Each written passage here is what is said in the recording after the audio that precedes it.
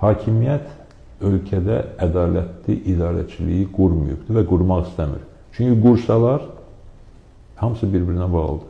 Ədalətli bir sistem qursalar, tutaq ki, monopoliyalardan imtina eləsələr, gəlirləri azalacaq, rüşvət yığmaq, sərvət toplamaq imkanları azalacaq, cəmiyyət varlanacaq, güclənəcək, cəmiyyətin müxtəlif təbəqələri, ayrı-ayrı qüvvələr yavaş-yavaş dolanışıq problemlərini həll edib başlarını qaldırıb bir ölkəyə, vəziyyətə baxacaqlar. Bilirsiniz, bəzən, hətta bəzi müxalifətçilər də düşünürlər ki, nə qədər vəziyyət ağırlaşsa, cəmaat o qədər mübarizəyə hazır olacaq.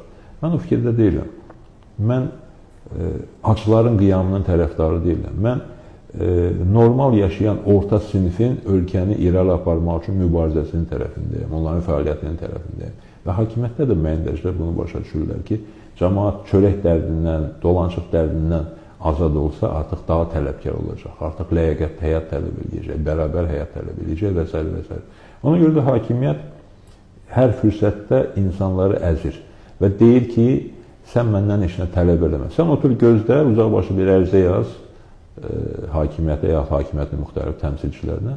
Mən baxaram, hansısa mərhələdə sənə ev verəcəm, maşın verəcəm, hansısa problemi həll edəcəm, birinizi müalicəyə göndərəcəm, birinizin burada müalicəsini təşkil edəcəm və s. və s. Və beləliklə də insanlar haqlarını almaq əvəzinə, mübarizə aparıb nəsə əldə eləmək əvəzinə xahiş minnət edib nəsə hakimiyyətdən qoparmaq yoluna keçməlidirlər. Hakimiyyət bunu istəyir. Və buna görə də hakimiyyət heç bir insanın öz hüquqları uğrunda mübarizəsinə ədalətli yanaşmır, layiq yanaşmır və düzgün addımlar təəssüf ki, atmırlar.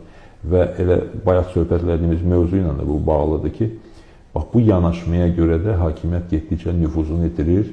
Onsuz da əvvəlcədən çox nüfuzlu deyirlər. Bu 2-ci Qarabağ savaşının sayəsində Allah'a şükür ki, biraz nüfuz qazanmışdılar. Onu da itirmək üzrədirlər, gedir o nüfuz. Onu başa düşməlidirlər bu adamlar.